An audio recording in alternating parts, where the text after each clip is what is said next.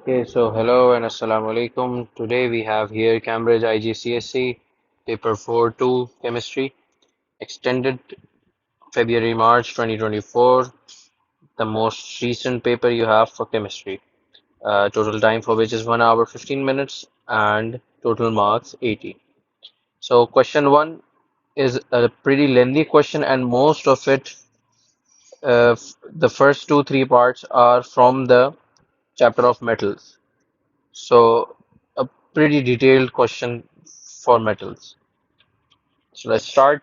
Iron ore contains iron 3 oxide. A blast furnace is used to extract iron from iron 3 oxide.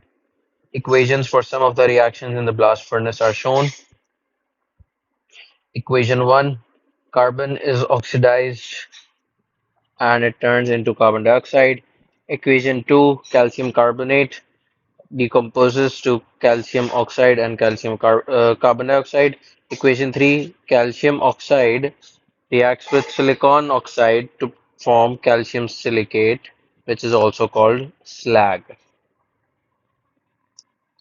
So, all of this is basically given in your syllabus as well, the equations and all. Equation 1 shows the combustion of carbon in the blast furnace. Name the substance which provide the carbon for this reaction. So that is coke. This carbon is also called coke. It is a form of coal. The coal has different forms, and one of which is coke. State the purpose of the combustion of carbon in the blast furnace. So combustion is an exothermic reaction, a highly exothermic one, and it releases energy.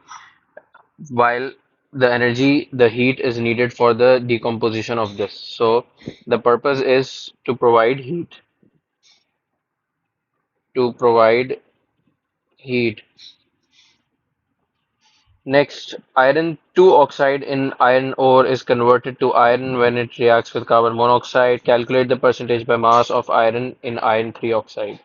So, the MR of iron, the molecular mass of iron, if you look at the periodic table, it is 56. So, 56, the percentage by mass formula is the mass of desired element over total MR multiply by 100 for the percentage. So we have two irons. The molecular formula is given. Two irons, so 56 will be multiplied by 2.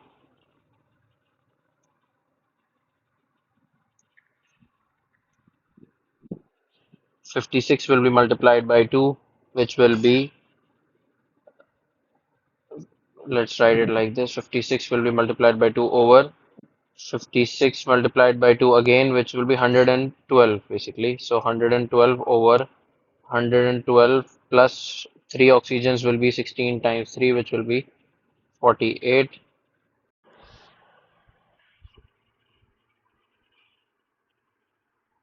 which will be 0.7, and multiplying this by 100 will be 70%. 70%.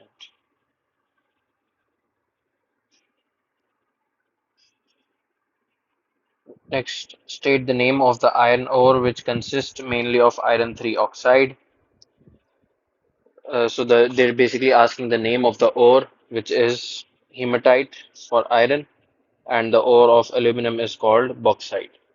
Describe how carbon monoxide is formed in the blast furnace. So carbon dioxide, the reduced form of carbon dioxide is called carbon monoxide, which has one less oxygen, thus a lower oxidation state for carbon. So it is reduced, the carbon dioxide is reduced to form carbon monoxide.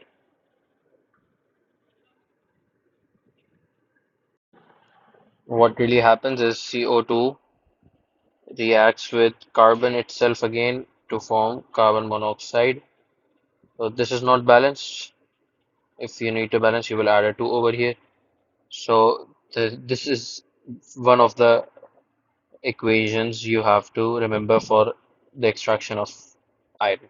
Write the simple equation to show the reaction that occurs when iron 3 oxide is converted to iron in the blast furnace. So this is the reduction of iron 3 oxide again, in which iron 3 oxide reacts with carbon monoxide, which we formed due to the reduction, and what forms is iron plus carbon dioxide. To if we balance this, so no, Fe2, and we have four oxygens on the left side, so we need to have four oxygens on the right side, but then we get two carbons. So now we have 3 to 5, and if we add a 3 over here, we have 6 oxygens, and we can have a 3 over here for 6 oxygens and 3 carbons on both sides as well. So this is the balanced equation. Name the chemical process which happens to iron when iron 3 oxide is converted to iron in the blast furnace. So obviously this is reduction. I already told you. Name the type, state the type of reaction shown by equation 2. So equation 2 is this, and this is thermal decomposition in which a metal carbonate is heated to form the metal oxide and carbon dioxide. This is a template reaction for all group 2 metals or any metal carbonate. Next, so this is thermal decomposition. Decomposition because it is broken down into simpler substance, and thermal because it is done through heat. Explain why the reaction in equation 3 can be described as an acid-base reaction. So equation 3, we have the reactants as calcium oxide, which is a base, oxides are basic, metal oxides are basic, and silicon oxide, which is a non-metal oxide. So that is an acidic oxide. So because calcium oxide is basic and silicon oxide is acidic, when both of them react,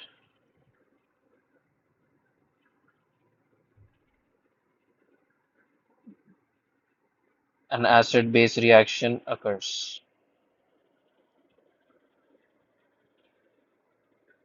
Next, state the chemical name of silicon oxide. Obviously, I am telling you the name silicon oxide, but another thing which you should write, you should be writing is the 4 over here, because silicon is in group 4, so it has oxidation state of 4. That's why 4 is written over here.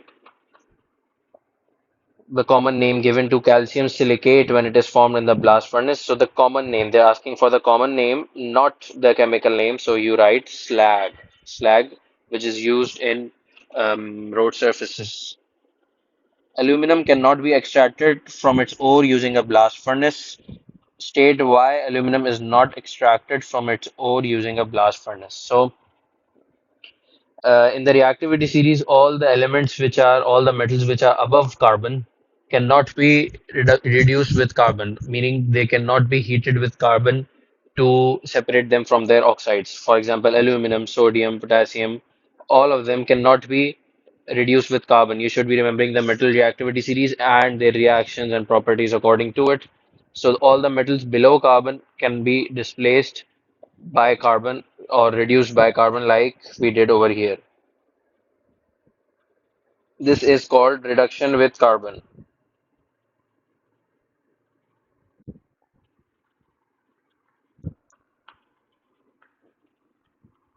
So the answer would be that aluminum is more reactive, and it is high above carbon in the reactivity series. So that's why what we do for aluminum is electrolysis. Aluminum is more reactive and above carbon in the reactivity series.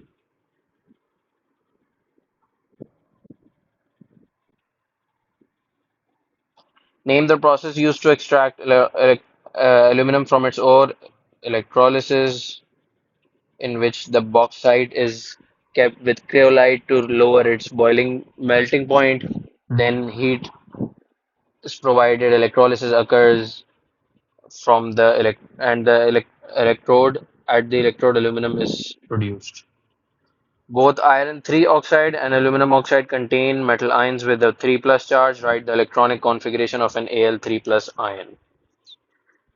Okay, so if you look at the periodic table, aluminum is in group 3, and it has total of 283, 13 electrons. So 283 were the number of electrons, or the original electronic configuration. 3 plus ion means it has lost 3 of its electrons. So 28 is the electronic configuration we have. Reduce the number of protons and electrons in an Fe3 plus ions. So for Fe3 plus, we have the proton number is 26, so the number of protons will be 26.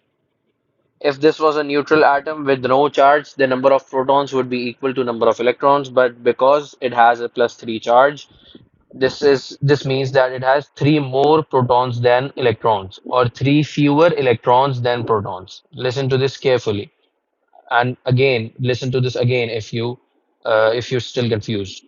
Because it has a 3 plus charge, it means it has more protons. So 3 plus means 3 more protons than electrons. So the electrons will be 3 fewer than protons, 23. Question 2. The elements in group 7 of the periodic table are known as the halogens. Halogens can form halide ions. Identify the halogen with the lowest density at room temperature and pressure. So for this, you should be knowing the reactivity, the density, the melting and boiling points, trends. The element at the top is the least dense, as it is a gas. Obviously, we know gases are least dense, the particles are far apart, and the density increases down the group. So down the group as we come, the density gets higher and higher. So the lowest density at RTP is of course fluorine. State the appearance of bromine at room temperature and pressure. So red brown for the color, and the state of matter is liquid. Fluorine is a gas. Fluorine gas, pale yellow gas. Chlorine is a green yellow gas. Both are gases. And after bromine, fluorine, chlorine, bromine, and then we have iodine, which is gray black solid at room temperature and pressure. Use the periodic table to give the symbol of the halogen with the highest atomic number. So the highest atomic number is obviously the one at the bottom in the group 7. So that is tennessine, and the formula is Ts, the symbol. Reduce the number of occupied electron shells in an atom of this element. So the number of occupied electron shells are we know this by the period number. The period number tells us the occupied electron shells. So the period number 1, 2, 3, 4, 5, 6, 7th period number. So 7 occupied electron shells. Bromine molecules have covalent bonding state. What is meant by the term covalent bond? So in which covalent bond is when electrons are shared, and in ionic bonding electrons are transferred. So electrons are shared between two atoms, and it cannot be less than a pair, because even if it is a single bond, like if it is sodium fluoride, sodium fluoride will be an ionic compound. So if it is a fluorine-fluorine bond or a chlorine-chlorine bond, it has a pair of electrons, one from each, and it is being shared.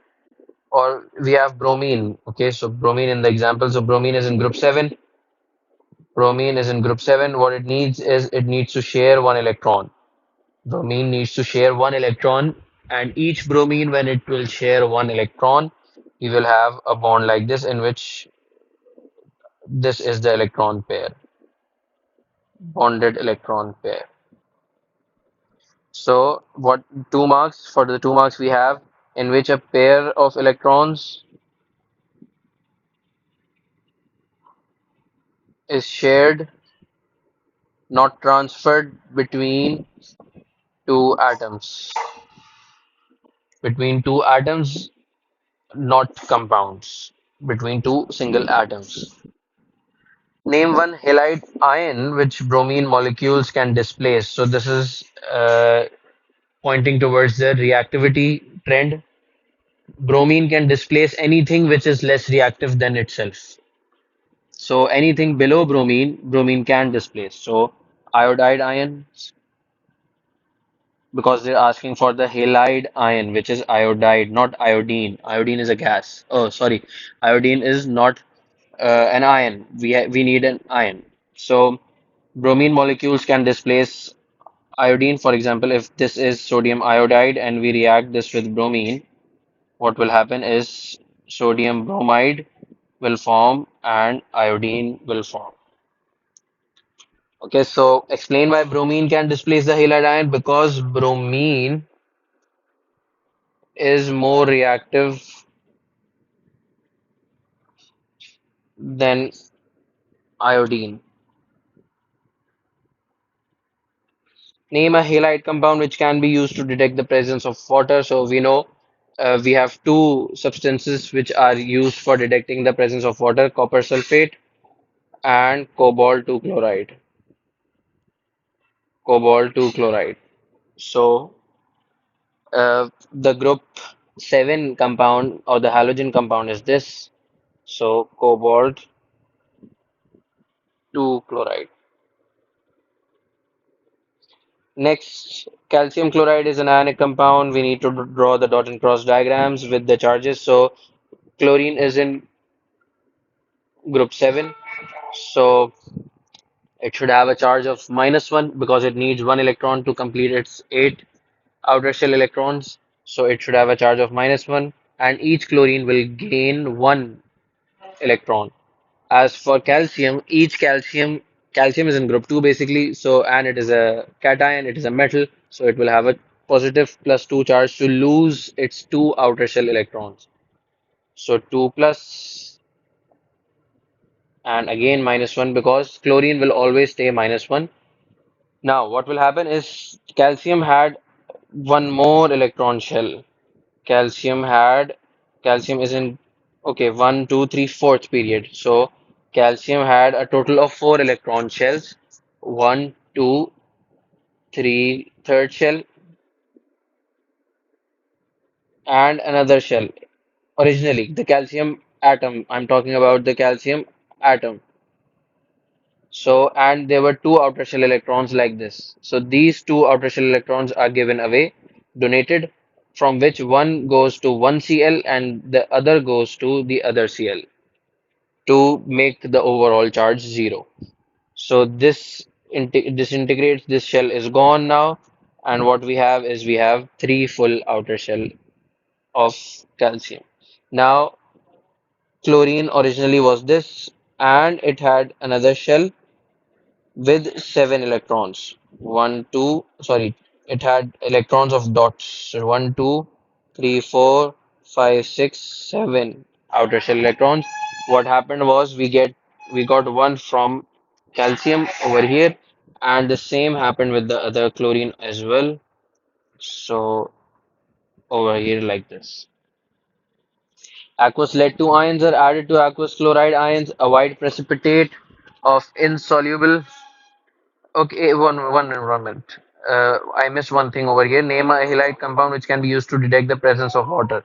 So, and this was 2 marks. So this will only get you 1 mark. We have one another thing which will be anhydrous, because cobalt 2 chloride is a compound which can have water molecules absorbed or not. So we have to make the distinguish. We have to distinguish whether it is hydrated cobalt 2 chloride or anhydrous. Anhydrous means it does not contain water. Now, Aqueous lead 2 ions are added to aqueous chloride ions. A white precipitate of insoluble lead 2 chloride is formed. So we name a lead compound which can be used in this reaction, lead nitrate or lead nitrate. Why not any other lead compound? Because then we have the chance of getting another precipitate as well. Lead 2 nitrate is soluble, so it will not interfere with the precipitate formed or the any observations. And nitrate is obviously always our first choice whenever choosing a salt. Right, the ionic equation for this reaction includes state symbols. So this is the standard ionic equation for all this whenever a solid precipitate is formed from two aqueous salts, Pb2 plus aqueous plus Cl minus aqueous will form PbCl2 aqueous, oh sorry, solid, because lead chloride is an insoluble compound as well as silver chloride, and we have a 2 over here due to this. If I were to explain in more detail, this would be lead nitrate and aqueous plus we don't know what we have with chlorine. Suppose we had NaCl, which would be aqueous. This will form lead chloride solid and NaNO3. This is just as an example. So what will happen is that all of the aqueous will separate and they will get their charges 2 plus minus plus minus plus minus. These won't get a charge because they're in solid state. So what will happen is that these will get cancelled. The aqueous on both sides, which are identical, will cancel. So NO3 will cancel, Na and Na will cancel. So what remains is which is written over here. This is what remains at the end. Okay, name one other insoluble chloride. So the other insoluble chloride is AgCl, silver chloride. Lead chloride and silver chloride are two insoluble chlorides in your syllabus. Next, this question is about acids, bases, and alkalis. Table 3.1 shows the pH values of substance system. Define the term base. So the bases are proton acceptors. Bases are proton acceptors and acids are proton donors. State what is meant by the term alkali. A soluble base is an alkali, which are hydroxides which are soluble in water. So bases that are soluble.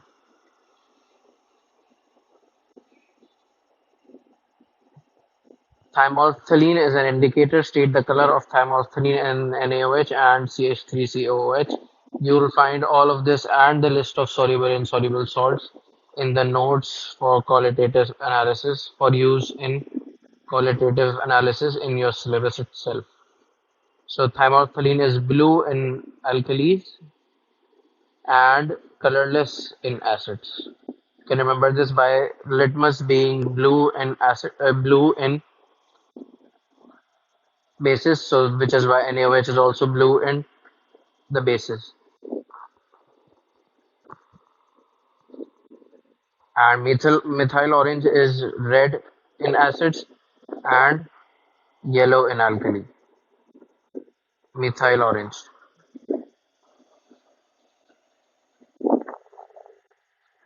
Next, use the information to identify the substance with the highest concentration of H plus ions. Explain your answer.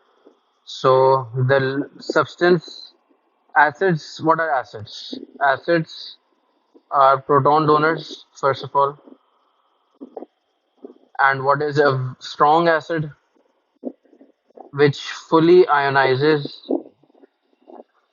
or fully dissociates H plus ions. So the acid which is strongest dissociates the most H plus ions. So the pH of the strong acids is low, 1 till 2, 1, 2 or 3 is the pH of strong acids. So in this table, we can see the only strong acid we have is nitric acid, pH 1. So because this is the strongest acid, it should fully dissociate. It should fully release H plus ions. So substance is HNO3, of course, because it is the strongest acid with lowest pH, because that is what indicates hydrogen ion concentration. Name an indicator which can be used to identify the substance with the highest concentration of H plus ions. So this means they're asking not just we don't just have to know if it is an acid or base.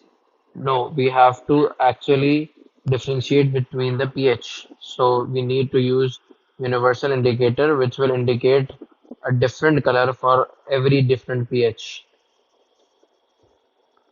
Complete the equation to show the dissociation of ethanoic acid in aqueous solution. So the H plus ion dissociates and it is a reversible equation. So make sure you write this symbol. There's a separate mark for this. And the H plus is dissociated. This H plus goes away. So it becomes CH3COO minus plus the H plus it's separate.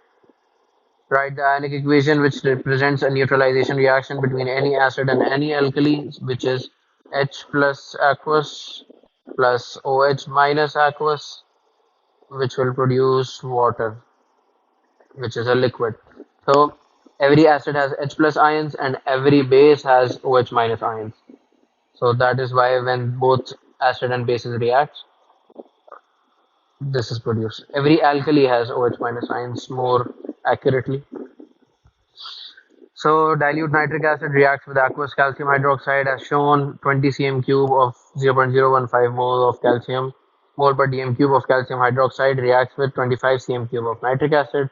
Calculate the concentration in grams per dm cube of the acid, and we have to do this in the following steps. First, we have to calculate the number of moles of calcium hydroxide, which will be given by N equals to Cv. Moles equals to concentration times volume in dm cube. So that will be 0.015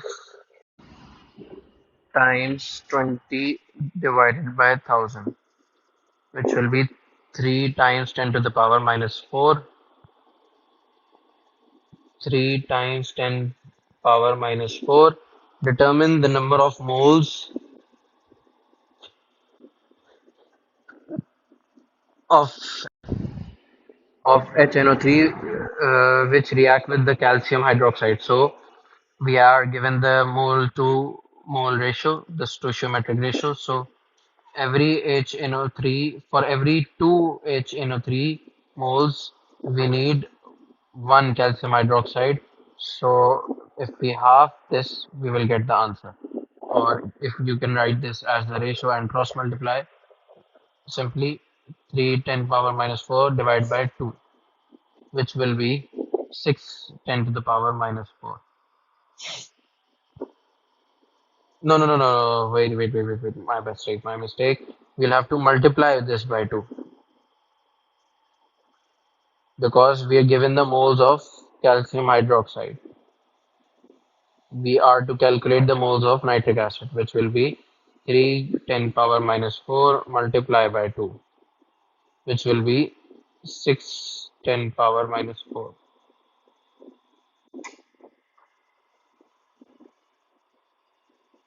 Calculate the concentration of HNO3 in moles per dm cube. So we were given the volume of HNO3. Now we have the mole, so we can use this same formula for the concentration. C will be equals to N over V. N is 6 times 10 power minus 4 and volume is 0.025. Remember to write in dm cube. If we divide this 6 times 10 power minus 4 over 0.025, we get 0.024, 0.025. So we get 0.024 as the answer in moles per dm cube. Now if we have to go in the from moles to grams, the dm cube is the same. We just have to convert the moles into grams. So for converting moles into gram, we use the formula N equals to G over mR, in which gram is moles multiplied by mR. So if we have the moles, we can multiply it by the mR, 0.024 times the mR will be nitrogen is 14, hydrogen is 1, oxygen is 3 oxygens means 48. So the answer will be 1.0.024 times 14 plus 1 plus 48, which will be 1.51. 1.512. In three significant figures, 1.51. Next, the equation for the reaction between methanoic acid and ethanol in the presence of a catalyst can be represented as shown. X represents the ester formed. In the equation, methanoic acid is represented by the formula. Name this type of formula. So, ethanoic acid is represented by this formula. This should have been written as CH2O2, because this is the way we represent every formula by the total number of atoms. But here they have arranged it according to how it is drawn as a structure. So CHCOOH. So this is structural formula. According to the structure, when we write according to the structure, then it is a structural formula. Write the empirical formula. So C2O2H2. C is one only. So this will be simplified CHO. Because no. This is the empirical formula and the molecular formula will be the same. Because what happens in the empirical formula is, my bad, the smallest number is 1. So 1 will be divided by 1, 2 will be divided by 1, 2 will be divided by 1. So CH2O2. Name and draw the displayed formula of ester X. So methanoic acid and ethanol react. So the name will be ethyl methanoate. The first part being from the acid, and the second part being the first part being from the alcohol, and the second part being from the acid. So we had two carbon in the alcohol, ethanol, which is why we got ethyl. Now, if I were to show you, this is the acid, how the ester is formed. Let me show you. And this was the alcohol, ethanol, C H H H and OH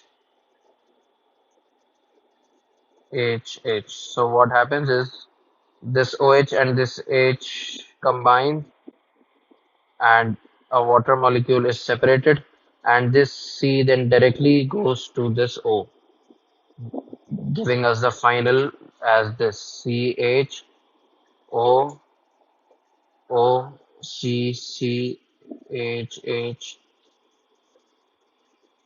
This is the way.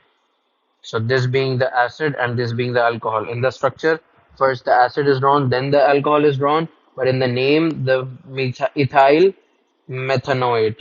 Ethyl methanoate.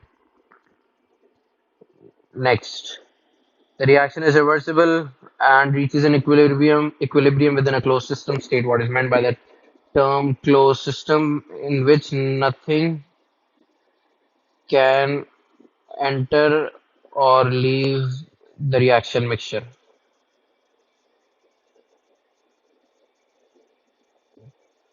Name two characteristics of an equilibrium. The rate of forward reaction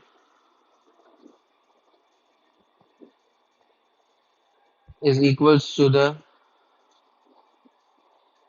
equals is equal. The rate of reaction equals to the rate of backward reaction. The rate of forward reaction is equals to the rate of backward reaction.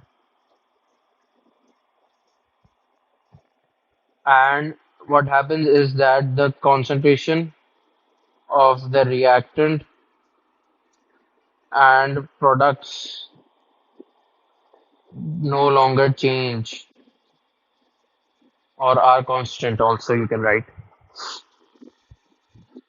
maybe that is better, are constant.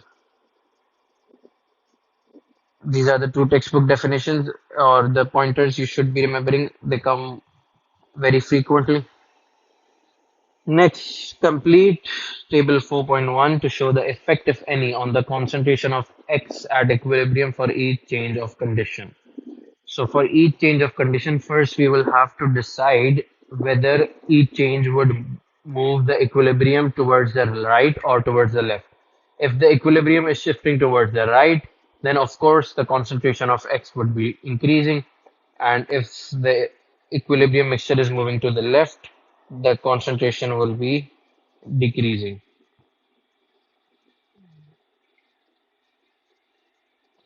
So this is the reaction that we have. The temperature is decreased. So this is an exothermic reaction, and increasing the temperature will move the reaction mixture, move the equilibrium to the left, while decreasing the temperature, in case of the question, will increase the production of X, meaning that it will shift the equilibrium towards the right. So increases.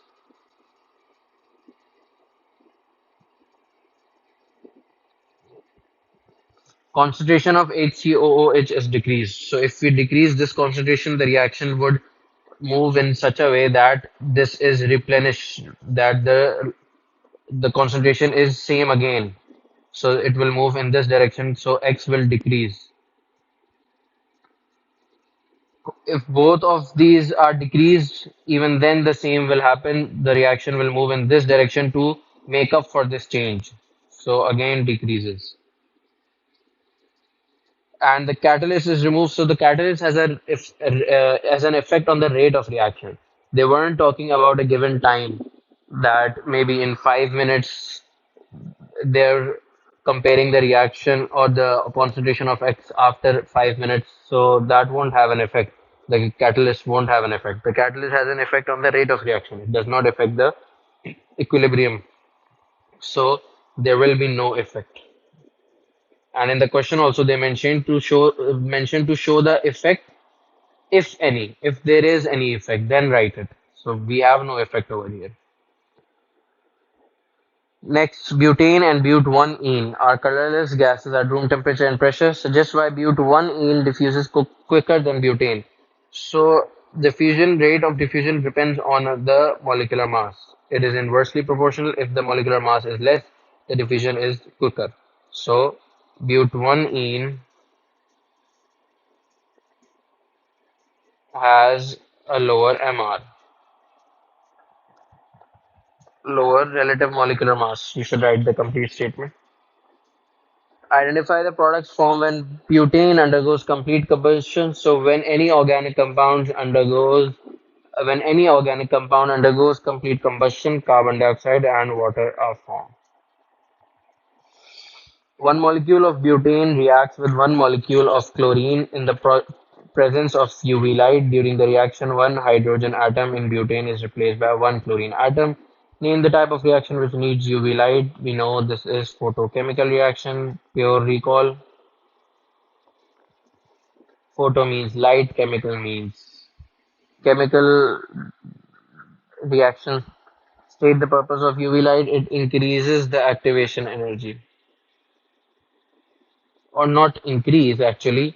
This will be incorrect according to the correct chemistry. According to, yeah, so the answer should be that it provides activation energy to the particles, to the reactants, because they need a certain energy to react. So they provide this energy. If this is the reaction, this energy is required by the reactants. So the UV light provides this energy and helps the particles to reach over here. Name the type of reaction which takes place when one atom of chlorine replaces one atom of hydrogen. This is substitution.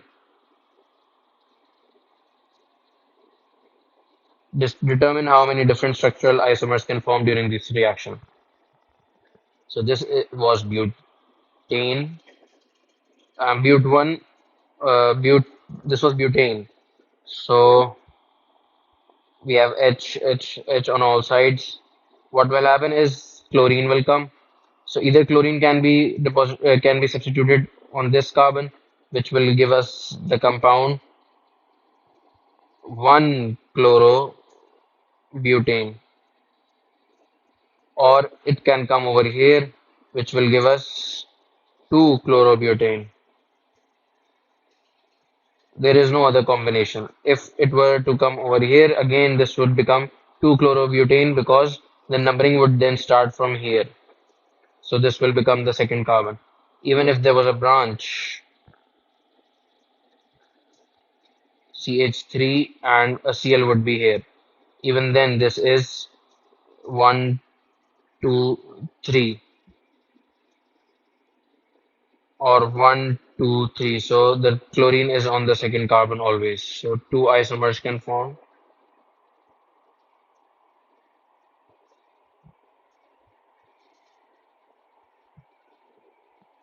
When but1-ene reacts with steam, two possible products form. Identify the catalyst used. Identify type of catalyst. So acid catalyst is used. Phosphoric acid is used.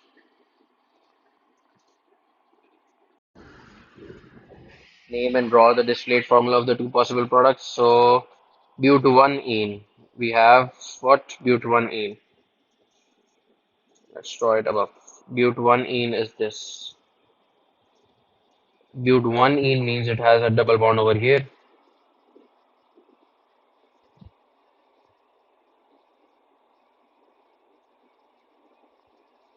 Now, the OH from the water is supposed to come over here to make it an alcohol. So this double bond will break.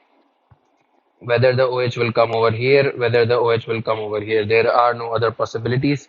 So if it comes over here on the first carbon, and we had an H also in the water, okay? So the H will come on this carbon. Or this other possibility is that the OH comes over here and the H comes over here, the remaining same remains the same.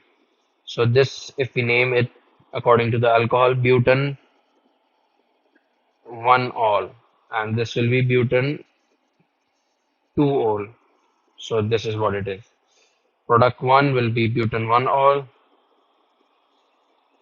Product 2 is butan 2-ol. The distillate formula is OH on the first carbon. You can draw the hydrogens yourself. You have to show them. The second OH and the H is as the same.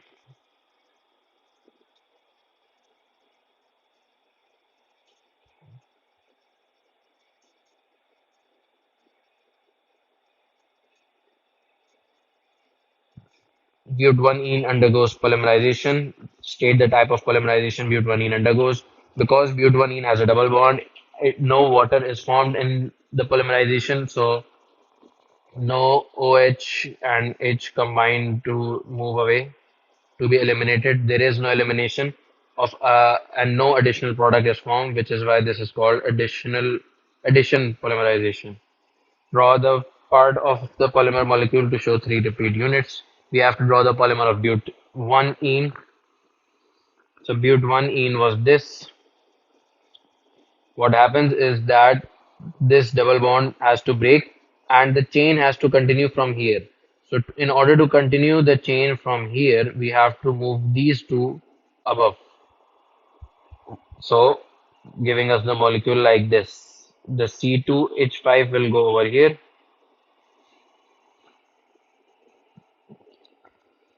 Because what was with them? We had the H's, three H's on one carbon and two H's on one carbon. So all of this has to go over to this side or to this side, and you can draw the H over here. It doesn't matter either way. And this carbon only had these two H's and a double bond. Now this double bond will break. So both will have an extra bonding space available. So when the double bond broke, it extended over here and this will extend over here. Another repeat unit will be formed. When you draw the first repeat unit, it is really easy to draw the second one. Now you can draw the same molecule again, and you have to do this thrice in total. Again, this H will continue, this C bond will continue carbon bond, and the molecule will come as it was earlier.